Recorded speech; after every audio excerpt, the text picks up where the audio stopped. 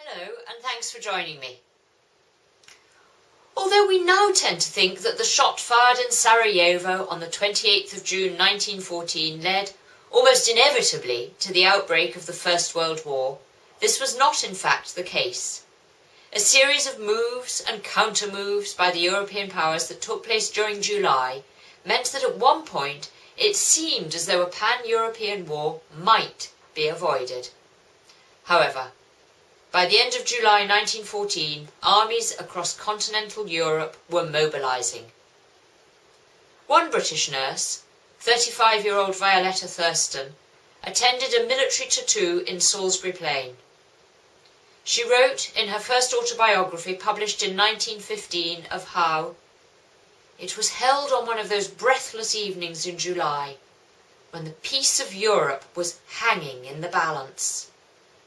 At the end of the display, the supreme moment came.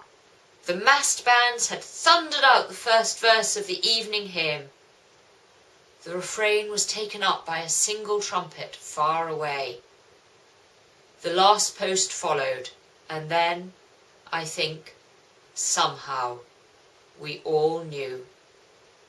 What Violetta could not know was that she would end up one of the most decorated nurses of the war, that she would serve on the Western and the Eastern fronts.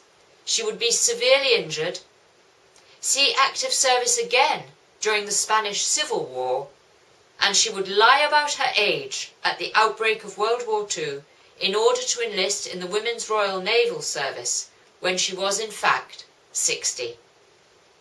We'll meet Violetta again as we go on our journey through the Women's War, 1914 to 1918. But that's all for now. Join me again next time.